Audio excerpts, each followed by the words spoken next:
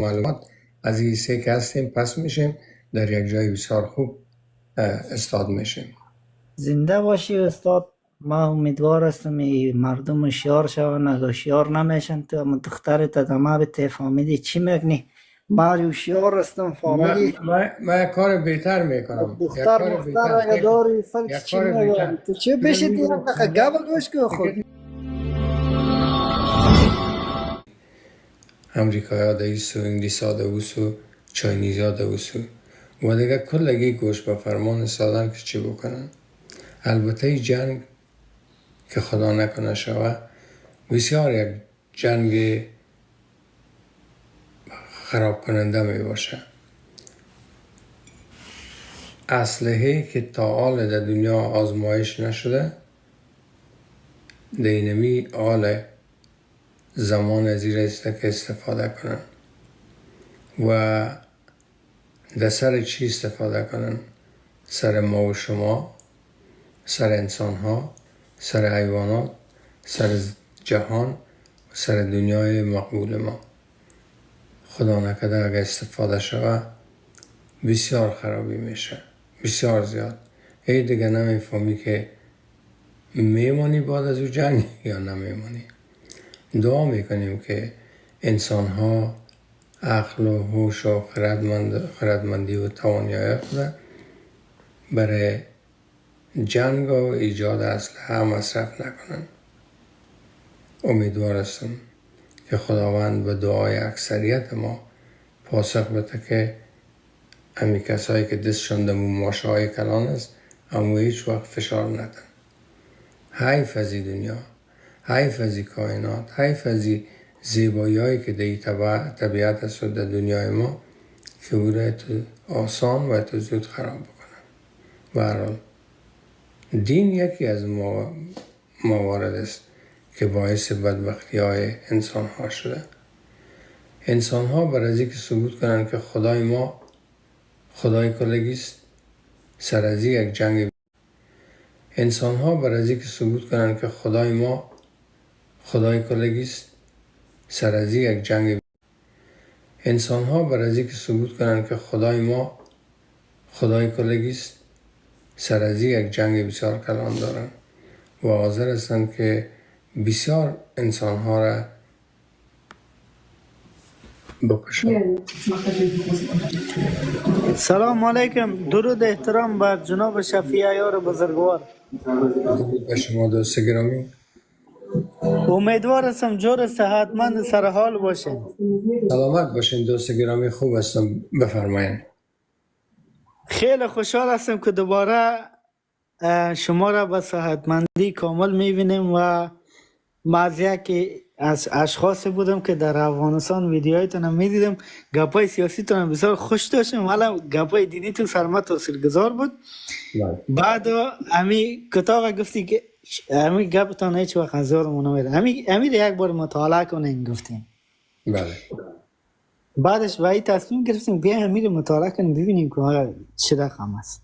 بله. یک دفعه آمدیم مطالعه کردیم، رفتیم حدیث خانم گفتیم پیغمبر رحمتی رقم باشه، پیغمبر وحشت چه رقم باشه خیر. بسیار برام یک جالب بود و ما با وقت بسیار فکر کردم، بسیار در فکر ازی بودم که واقعیتش این چه رقم است.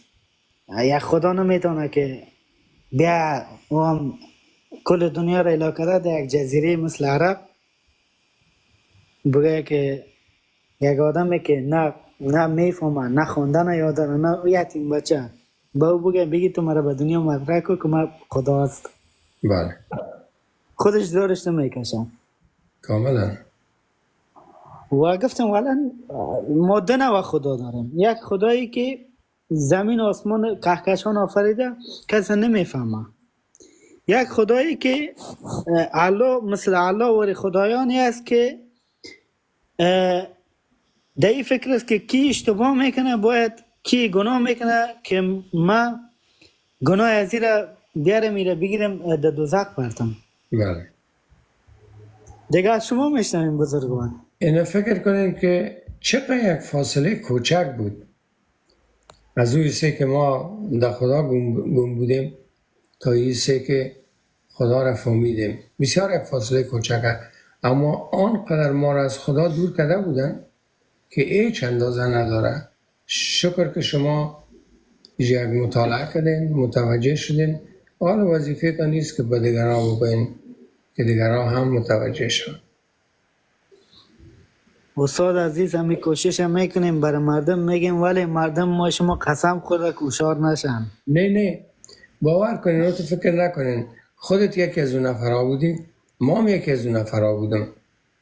اما وقتی که همون فاصله را جدا کردیم، یک 10 صفحه مطالعه کار بود، متوجه شدیم، بر آمدیم از اوجه. فکر کنین که در دنیای نمیال احتمال است که یک جنگ کلان سوم شود. اگر که اینمی ما و شما اینمی را مطالعه نکنیم، این جنگ که ایران و اسرائیل جنگ میکنه، این جنگ مذهبی است، اما کشته میرن یکی دیگره. فلسطینی ها از بین رفتن بیخی در این جنگ. لبنانی ها در این جنگ بسیار کشته دادن. آل ایران هم در جنگ گرد میشه و باعث جنگ سوم میشه. یعنی زندگی ما و شما را بخوایم یا نخوایم، اینا از بین میبرن. بنان باید استاد شیم که زنده بمانیم. نه ما باید اسرائیلی را بکشیم، نه اسرائیلی مسلمان را بکشه. حاجت از این کارهای نیست. کلگی ما میتونیم برادرانه زندگی کنیم. خوش شدم دوست عزیزم.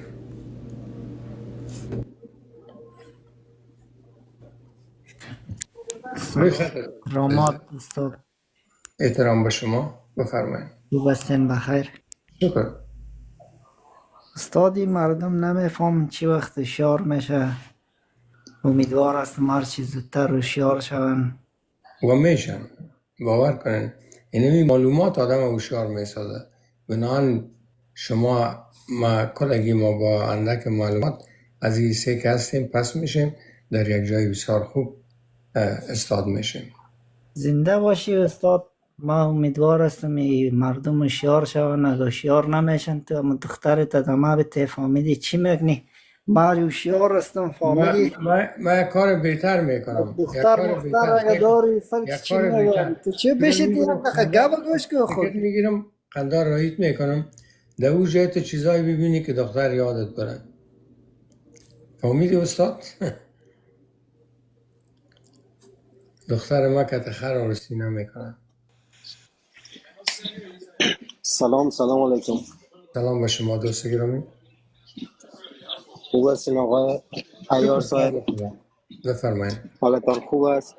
فضل خدا. امید است که همیشه جور صحتمند باشه. بسیار خوش هستم که کلتان هم کلام شدیم. بسیار خوش هستم که انسان‌های شریفی مثل شما در او سرزمینی مثل افغانستان بودن و زندگی کردن. وای به حال اینایی که قدر جاهل هستن و میایم بالا به شما دشنام میدن. واقعا من تاسف میخورم که از کشوری مثل افغانستان شمرده میشیم. نمیفهمم این مردم چه وقت میخوان هوشیار شن. با دشنام دادن به یکی دیگر توهین کردن هیچ چیزی جور نمیشه. تا چی زمان میخوان این مردم این رقم دقت ما را سعی کنین که به چی تبدیل شده. تمام مردم از بیسوادی. بله دقیقا آقای عیار صاحبی، از بیسوادی مردم است که بدر از همون بچگی از همون کودکی در کله از اینا این رقم پر کردن که تو ایرا بد بگو او را بد بگو، ایرا رشخند کو او را رشخند کو. همین رقم اینا پیش رفتن و کلان شدن. بله. نمیفهمی مردم چه وقت میخوان جور شون، یکم عقل پیدا کنن. وطن خود شما خراب کردین، ما را مهاجر ساختین، تا چه وقت میخواین این رقم پیش برین؟ خودشان مهاجره. عمل در پیش کافرها به گفته خودشان مزدور هستن. ما آقای عیار صاحب، ما خودم در یک خانواده مسلمان به دنیا آمدیم، در یک خانواده مسلمان کلان شدیم، ولی هیچ خیر و باره از این اسلام و مسلمانی ما هیچ وقت ندیدیم. بله. ما 13 ساله بودیم، ما خودم متولد شده ایران هستم. پدر مادر ما در زمان جنگی بعد طالبا که زمان قدیم در افغانستان آمدن، اینا مهاجرت کردن در ایران رفتن. ما خودم بعد از سالها همراه خانواده‌ام در افغانستان رفته بودم. زمستان سال بود، افغانستان مردم عادت داره اولادایشون که زمستان سال میشه میگه برین در مسجد بدر قرآن خواندن یاد بگیرین. بله. ما با یک هیچ عربی رو یاد نداشتم، با یک سختی یک آیه قرآن یاد گرفتم، رفتم در مسجد که او را بخوانم، او را از بر یاد گرفته بودم. مولای امام مسجد یک طور قافایی بالا کرد تال میزد، میگفت تو برای چی از بر نشده؟ من همون چیزی را که یاد گرفته بودم از یاد من رفت. بله از او به بعد دیدم گفتم چیزی که به اجبار بخوای تو به یکی بقبولانی، او مفتش گران است. حالا بخواد دین باشه، قرآن باشه، یا حالا هر چیز دیگه ای باشه. هیچ بله چیز خوب ما از این دین تا به حال ندیدم غیر جنگ، خونریزی، کشت و کشتار، تفرقه افغانی و اینی چیزا. بله نمیفهم این مردم چی وقت میخوان سر عقل بیان، چی وقت میخوان بدر مثل یک رمه گوسفند دنبال یک نفر بگردن که اونا را هدایت کنه در یک جایی. او را به چوب. بس اورم با چوب، اورم با زور سوته، با زور کلاشیکوف در بالا سرشان کت قنداق در سرشان بزنن که بدر باید اینی کار کنن. بله نمیفهم این مردم چی وقت میخوان انسان شوند. بسیار بایم خوش هستم، بسیار خوش هستم آقای عیار صاحب که اگر همچین انسانی از سرزمینی به نام افغانستان داریم، ما مردم به در راهنمایی میکنیم به چیزهای خوب، دور تشکر. میکنیم مردم از دو دشنام زدن و از الگویی چیزا چیزی جور نمیشه. بسیار تشکر دوست گرامی، خوشحال شدم امروز شما گپ زدیم. همچنین آقای عیار صاحب ما را به امیدوار خدا هستیم که همیشه جور و صحتمند باشین، در پناه حق باشین همیشه. سلامت. وقت خوش براتون. تشکر.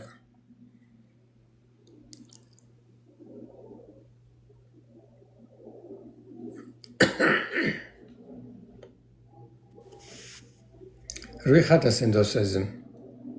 علیکم. سلام. آقا سلام.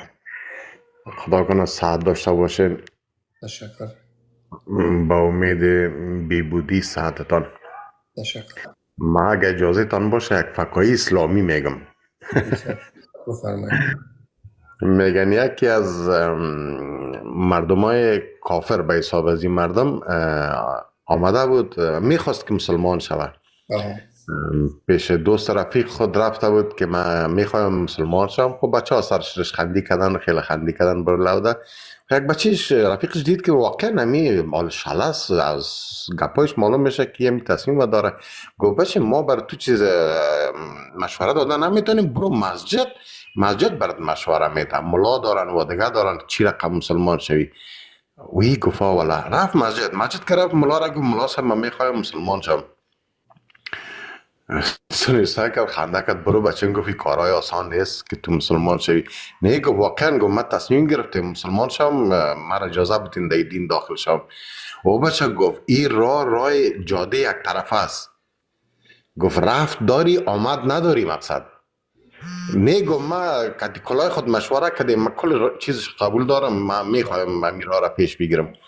سعید گفت تو که قدر شلستی خیبر روز جمعه بیا، ما مردم هم میخوایم بعد از نماز اما مراحل سر طی میکنیم چیز میشه مسلمان میشه. خود سعید گفت روز جمعه آمد و بعد از نماز مردم شاند و جمع کرد که این فلانی از فلانه کشور میخواه مسلمان شود. مردم خوشم شد گام شد، سرشم سوره و آیه را خواندن و برو گفت دکتر بود و ایره گرفتن سنت کردن. گفت برو مسلمان شدی. گفت بس همه قبول. گفت آه دیگه عزیز زیاد دیگه چی مسلمان شدی برو دیگه. خب من دیگه خوشحال چاکک رفت خانه و یک چند وقت جور شد و دید که 1 ماه 2 ماه و 4 ماه و 6 ماه یک تا زندگی ازی تغییر نامد و نمو آسمان زمین درخت زمستان بار اینمی رقمی یک تا زندگیش تغییر نامد. و گفت چی رقم بش خندیز. گفت من نمیشه. گفت گمش که من پس میرم. گفت دم دین خودم میرم. آمد پیش ملا. گفت ملا صاحب گفت او بچه گفت آمدی چی گپ است؟ گفت تا کار دارم. گفت من میخوایم پس از دین برایم. او بچه گفت چی میگی تو لو دستی؟ گفت با خدای مردم قریه خبر شد. گفت سرت میبرن. وی گفت سر ما میبرن. چی رقم دین است؟ گفت در اسلام برای چولت ببرن، در اسلام برای سرت ببرن. با مزرد دیگه البته آقا سوایار مقصد اینه تو یک دین داریم. من دیگه چیز گفتنی ندارم. من کل چیزا پیش ما موضوع حل است. من یک دانه علا را میشناسم که نمی دنیا قدرت در دستش است. من نو خانه سیاه را میشناسم به حضرت محمد، چون پدر و مادرم در گوشم خوانده احترامش دارم. شاید این تبلیغات باشه که انسان بد است، شاید انسان خوبی بوده باشه، شاید انسان خوبی تیر شده در این زمان که قدر چیز داره، پیرو داره و به حساب ما شما امت داره، حتما انسان بدی نبوده.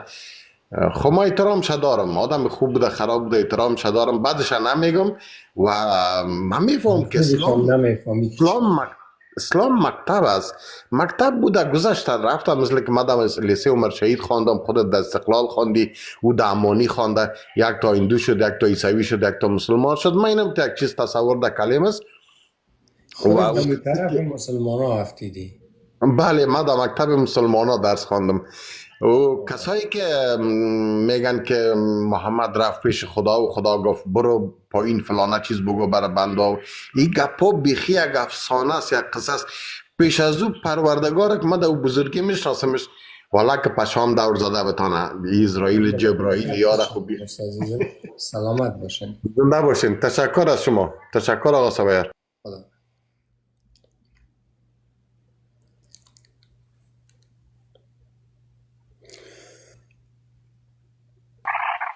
خدا. سلام برسا استاد بزرگوار، شفیع عیار بزرگوار. امیدوار هستم که صحت سلامت کامل داشته باشین. سلامت. استاد بزرگوار، ما خودم هم دمی جربستی بعضی اینمی دینی و چیزا دمی لایف ها یا در چیزا حضور پیدا میکنیم، یک سوالای میشنویم، یک چیزایی میگن که اصلا در منطق انسان جور نمیه که چی بگین قضیه از این مردم. اصلا ما این رقم ماندیم. ما گوای خود از زود میگم استاد بزرگوار که وقت نگیرم که نتیجه کار اصلا بخی نامعلوم است.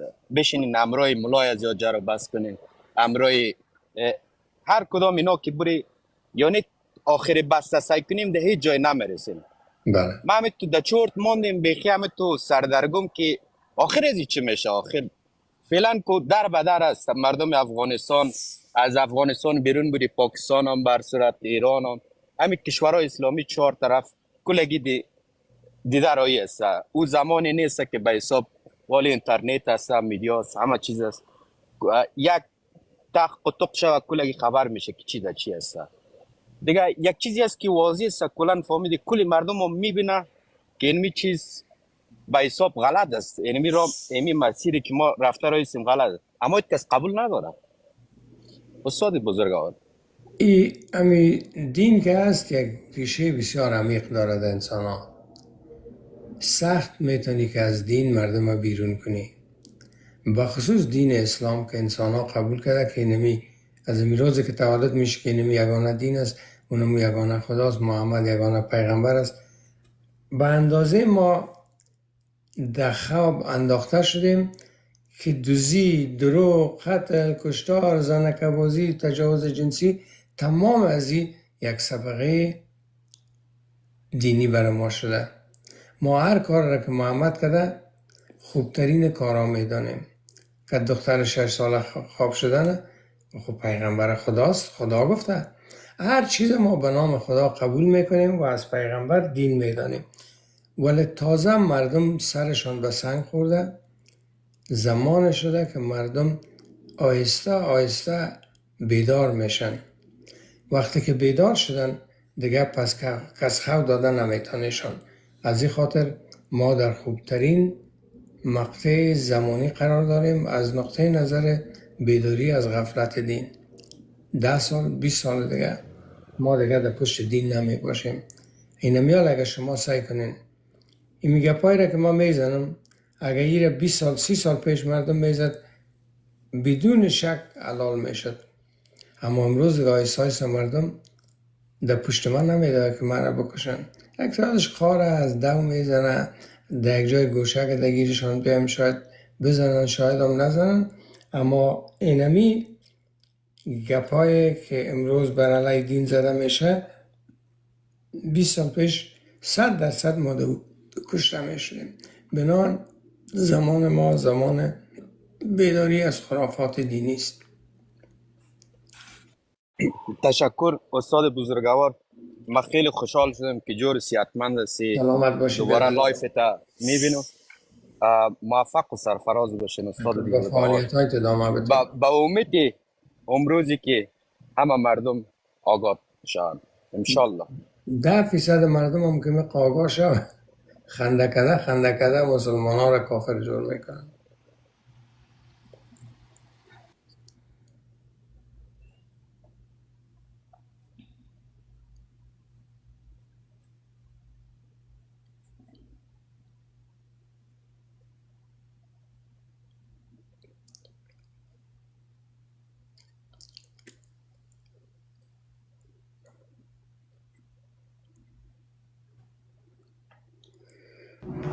روی خط سندو سیزن. سلام جناب شفیع عیار بزرگوار، سلام به شما دوست گرامی. چی حال دارین؟ ما یکی از سنگچلایتان در جرمنی هستم. من خودم یک سنگچل هستم. چون مرا به نام شاگرد خودت میگن، چون گپ میزنم میگن خودت از شاگردای عیار صاحب هستی، میگم نه من شاگردش خود نمیتونم باشم، از سنگچلایش هستم. بسیار خوب میکنی. یا میخواین به این طریق خودت احساساتی کنن که دیگه از شرم نتونی گویی که من شاگرد شفیع ما خود کدام دوز نیست کدام لوده. ما شما دیده بودیم هم دامبورگ عیار صاحب گفتم باش که من یکی چیز بکنم. من چندین بار در لایف های از کسایی که تبلیغ و گپا میکنن بالا شدم، گفتم من یک سوال بسیار خود دارم استان. همی دین تجارت است، به خاطر که از اولش بنا معنای چیز که یعنی ما شما در افغانستان تاده میگفتیم تاده و میمانیم، بنا را خوب قائم بانیم. باز ما را میگن پنج بنای مسلمانی چیست؟ اول کلمه، دوم نماز، سوم روزه، چهارم زکات، پنجم حج. خب گفتم مال سه تا از این مفت از غریب میکنی، دو تا دیگه از این چطور میشه عیار صاحب؟ بله. دو تا دیگهش خب که وقتی مکمل نشد خب مسلمان نشد دیگه. بله. باز میگه که نه ای دو تایش گفته اگه نداری خیره، سه تا مفت بکو. یک کار کو که امو بخش که ملا چارشه او را به حتمی بکن. او بخش خدا محمد اگر نتانستی هم خیره. اگر نتانستی خیره. گرچه من خودم رفتیم اوجه یک بار، چون به خاطر که ننیم بسیار شوقی بود برم من بردیمش، ولیکن یک چیز هم در اوجه دیدم اون روز هم یک تبلیغ سعی داشت اما این افغان در اونجا رفته گفت که والا ایجا شیطان نیست این نیست، خدا راستی که من در اوجه نفر دیدم که در پشت دیگه نفر بند کرده بود. من گفتم شیطان چطور نیستم؟ مامای مگه صدای من بشنوه فعلا در پاکستان زندگی میکنه، هم سفرم بود. گفتم ماما سعی که آنا میگه شیطان نیست، مردکن سعی چی داره؟ بله یه شیطان پالوی خانه خداست. ایست خانه شیطان ایست خانه خدا. دیگه جور سلامت باشی، وقتتان نمیگیرم. خوش شدم که همراهتان هم صحبت شدم. جور سلامت باشین. سلامت با مانه.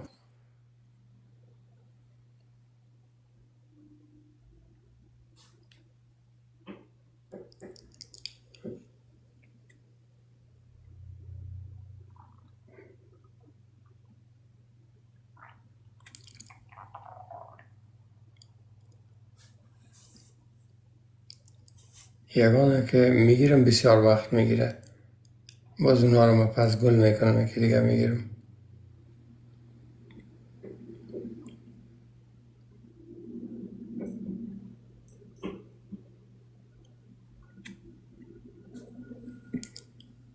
ببخشید نفر دومم نتانستم.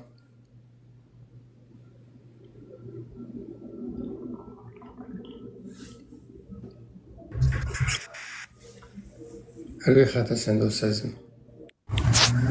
جناب عیار صاحب، امید که جور صحت باشین. ببخشید ما یک سوال داشتم. شما خدا باور هستین درست است؟ بله. تا جایی که میفهمیم آیا این امو خدای که آدم و هوا را آفریده امو است یا کدام؟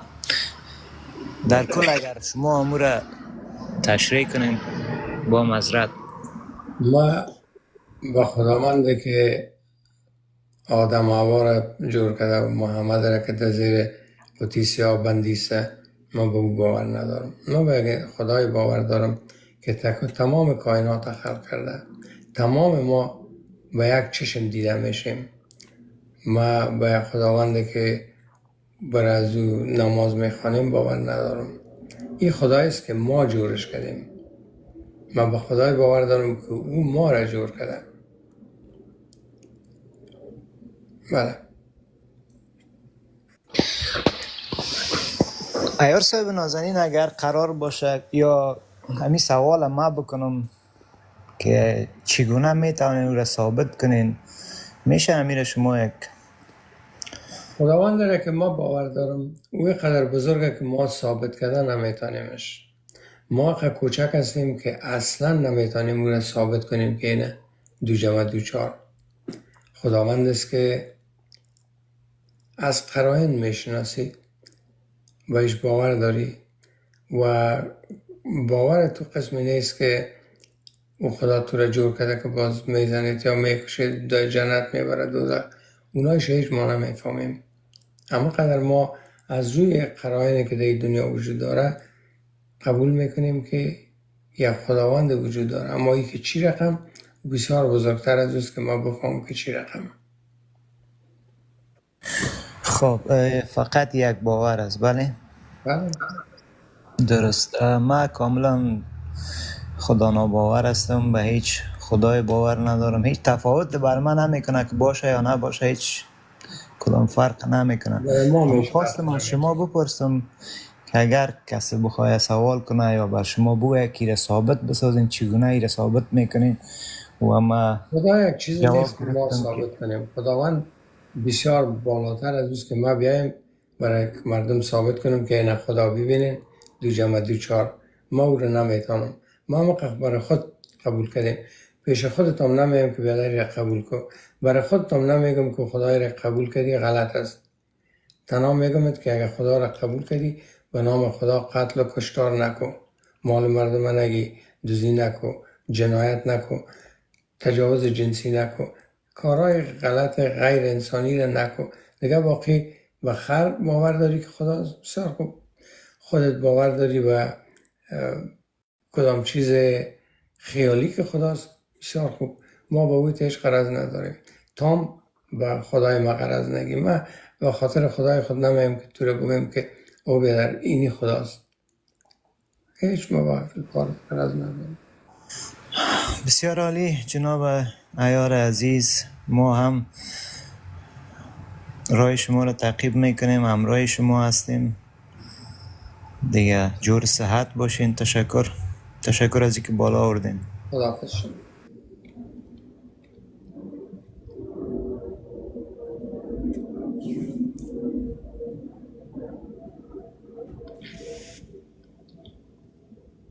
محترم، روی خط هستین دوست گرامی. سلام استاد محترم. سلام به شما دوست گرامی. استاد قن، من یک سوال بسیار کوچک داشتم. خب بسیار خوب.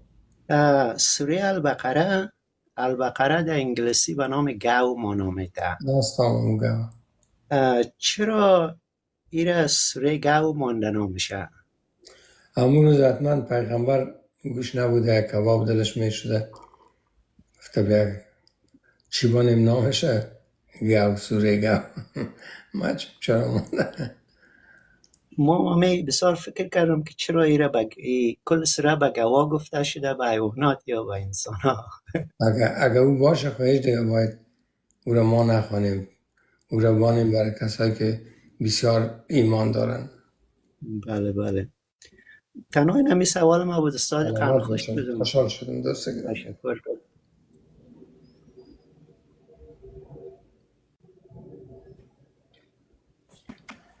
روی خط هستین دوست عزیزم. آقای عیار سلام احترامات برسم میرسم. سلام و احترام به شما دوست گرامی. ما با کانادا زندگی میکنم. ما برنامه شما را تعقیب میکنم، همیشه میبینم. یک سوال دارم در این قسمت. ما تمام برنامه شما را دیدیم که سلسلتاً آمده، همونطور که ابوبکر چه قسم به امامت رسید و تا علی و باز همونطور تا یزید و امام حسین چه قسم کشته شد و کی به کی بیعت کرد. چطور این برنامه را دیدم. اگه یک برنامه شما بگیرین در قسمت امام اعظم، امام ابو حنیفه یا امام شافعی، اینا باز چی وقت چطور شدن؟ اگه با می سلسله هم تو آمده برین که باز تعقیب کنیم تو رقم داستان فیلم های ایرانی برو مجمل مان در نیم مان نه این سونه ما فهمیدیم او سونه آمدیم یک ذره آمدیم پایان دیگه نفهمیدیم چیه. بس و در اخیر وقت تا نمیگیرم از ساعت شما پرسان میکنم ساعتتان چطور است؟ انشالله که ساعت بیوتی افتید. ساعت مثل خودت که در نیمه را ماندی یا مترکانی مانده، نمیفهم کیسو میره یا ایسو، اما هر دو طرفش بسیار پلژر نیست دیگه، بد نیست ساعتم سر ساعت. شکر که ساعت هستین، از خداوند برتان ساعت میخوایم انشالله ساعت شوید. ما از اون ابتدا از سال 2012 بود یا چقدر که ما برنامه شما را 9 سال به این طرف یعنی همیشه هم سلسله وار تعقیب کردیم. دیگه خواهش من این بود که اگر ما یک کمک پایان آمده برین که امام اعظم، امام شافعی، اینیایی که باز پیدا شد یا از کجا چی وقت یا از اینجا چطور رفت از افغانستان باز اونجا خود به سلسله که ما شما خواندیم عرب بین خود قدر زده خورد داشتن که یک نفر از افغانستان چطور بره به اونجا پس به امامت برسه. او خیلی اونجا هیچ کس نبود. عرب جنگ خود ادامه دادن، ما نوشته های ساختگی برشان کردیم که گپای شما درست است. فهمیدین؟ بله.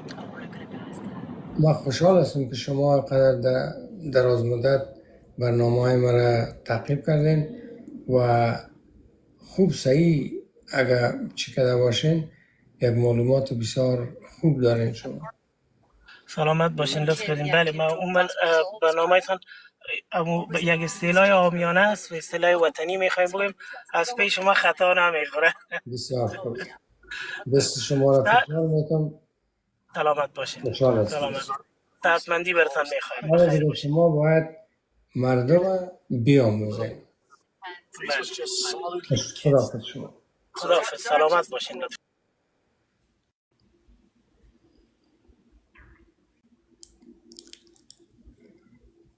در جایی که من هستم ساعت 10:08 است.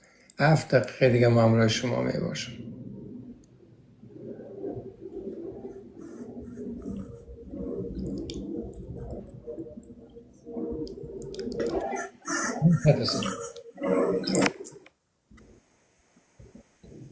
روی خط هستین. شما رو نتونستم بگیرم.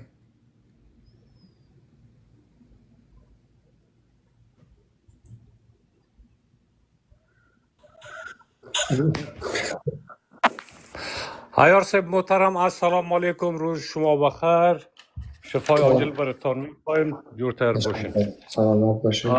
بفرمایید. عیار صاحب محترم یک آیه بسیار متبرک است که سوره یاسین آیت 65 میگه که یعنی باز خدا مهر در دانایتان میمانه و که گپ نمیزنین و یعنی جواب نمیتین، باز پایا و دستای شما جواب میته، اعضای بدنتان یعنی جواب میته، گپ میزنه. اینمی جا ما یک ملاصقل داریم، مثلا اینمی پایای ازی اگر بره اینال خودش خود جواب نمیته، مثلا پرسان میکنه از پایای ازی الله که خوب بگم این ملا چی کرده، این پایا میگه که ولکت می پایای خود من رفته سر خر جان محمد تجاوز کرده. ولی الله اینجا حرام میرکتیش صحبت میکنه یا چه رقم؟ یک سوال برمیخواد. حالا الله دیگه یک رقم یک کار عجیب و غریب خواهد کرد، یا شاید رسول الله رو از قبر بکشه که بیا ایره تشریف کن. چی رقم نفراتو داری سر خر تجاوز کرده دیگه، غیر از چی خواهد کرد؟ ولی خب اگر تماما اعضای بدن عیار صاحب محترم گپ بزنه صحبت کنه قابل جزا است، پس الان چی را جزا میته در دوزخ؟ خب تمام اعضای بدن یک گناهی را کرده، کل ازی جواب بده، کل ازی گناهگار، یکی را جواب یکی را در دوزخ مندازه. در اسی دوزخ که ببینی ای آله تناسلی از کیست؟ از جان محمد. چشم از کیست؟ از جان محمد. خواهد بکنه دوزخی کم چی کرده برکده از کارهای خود.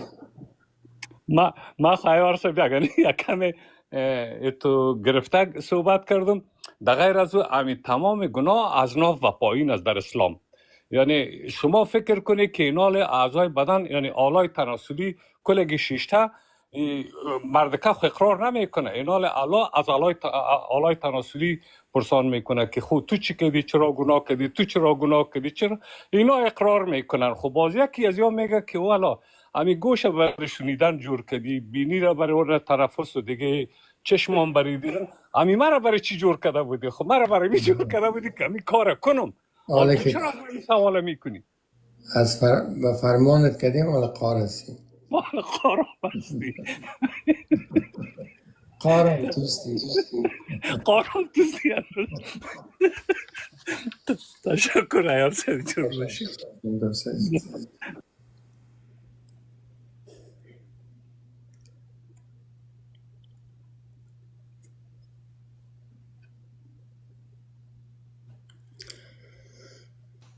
روی خط هستین دوست عزیزم. السلام علیکم و رحمت الله. و رحمت الله. بفرمایید. استاد شفیع عیار، شما همراه استاد عقیل هاشمی وعده کرده بودین که یک مناظره داشته باشین. یک چند وقت پیش ما منتظر هستیم که شما بیاین یک مناظره کنین که بفهمیم. کی بود؟ بله؟ کی است؟ استاد عقیل هاشمی است. همیال خطا دیادم هم نمه کتی کسایی که مناظره گفتیم که میخواستن بکنن کدیم، کتی کسایی که نامدن نکدیم. معمولا استادای مسلمان و بهانه ازی که تو احترام نداری به دین ما مناظره نمیکنن. نه او گفتن که ما منتظر هستیم. دیروز هم در یک لایف آمدن که استاد ایلاکو خودت که حالا میجا آمدی یک گپ ده از اسلام که خوش ما به ازش یک چیز خوب یاد بگیره. نه ما میفهم، ما میگم که الله هست، رسولش هست، ما یک چیز اعتقاد داریم. شما اینا از چیزی که ایمان دارین شما چی تعریف دارین؟ ما تعریف داریم. هیچ گوش نکردین که ما چی گفتم. ما می خاطر است که در جای هستین. ما گفتم حالی که اون نیست خودت بیا دو سه چیز از اسلام بگو که ما از یک چیز خوب یاد بگیریم و تشکری کنیم ازت. خود زیاد است دیگه، اسلام از سر تا پا کلش همین چیزای خوب است.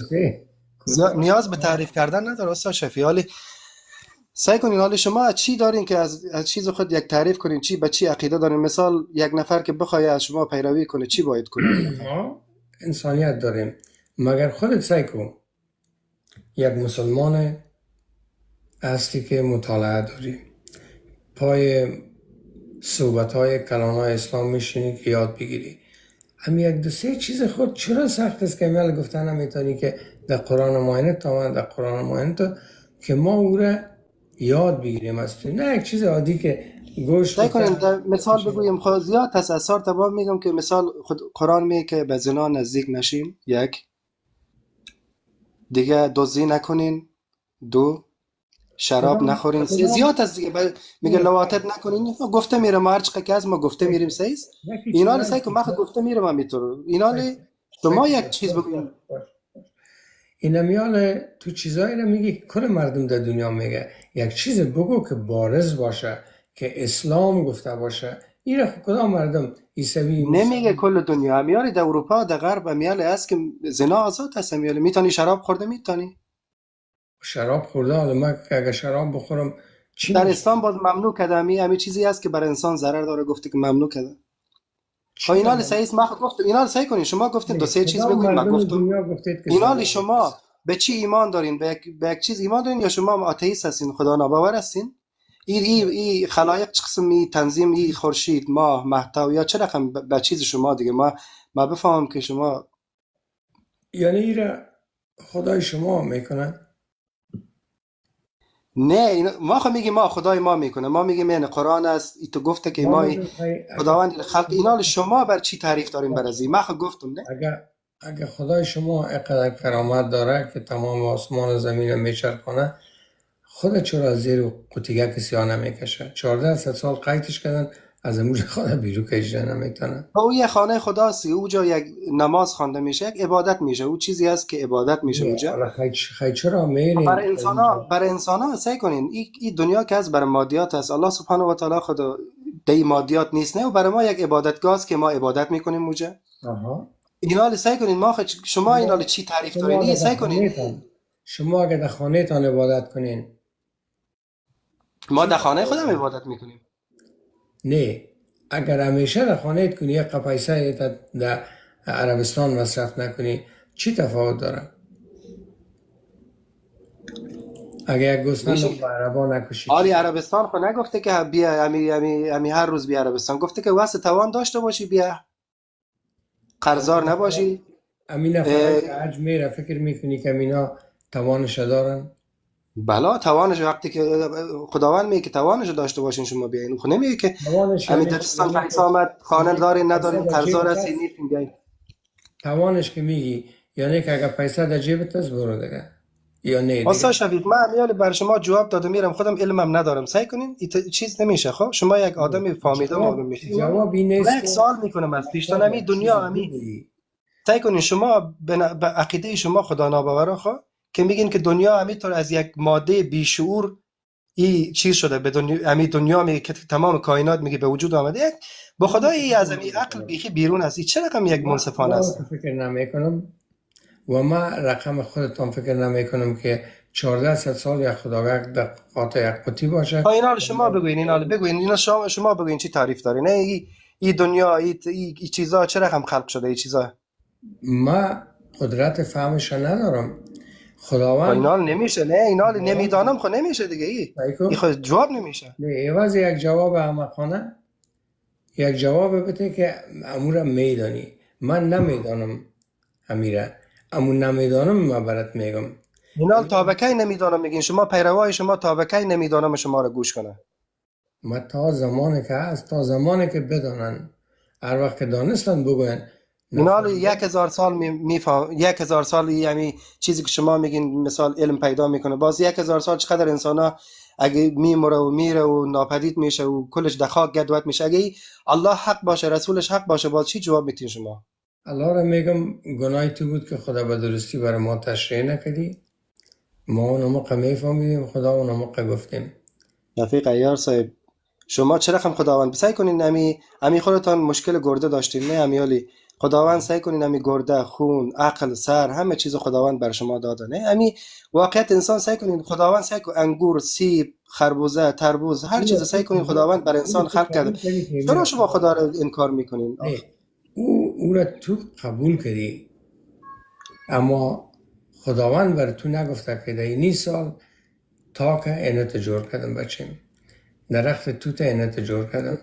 برای ما خداوند عقل داده. سعی کنین امیالی ما و شما از یک جای مثال سعی کنین، من میگم نه من بگویم خیره که شما یک گپ زدین، من یک دو کلمه گپ سعی کنین، من یک از فضا از مریخ میایم، خود یک جای از یک مریخ میایم.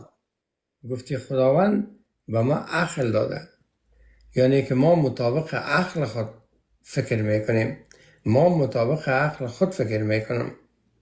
درخت توت خداوند در کدام سال آفریده؟ گوه در کدام سال؟ عقل تیره پیدا کرده خود تانست یک زمانه. بنان ما به اساسی که عقل ما و تو میتونم بسنجه گپ میتونم خودت و اساس گپای خرافاتی که دیگران گفته گپ میزنی. با خداوند میسپارم دوست عزیزم. ما دوستای گرامی برنامه دیگر دارم مال در یوتیوب.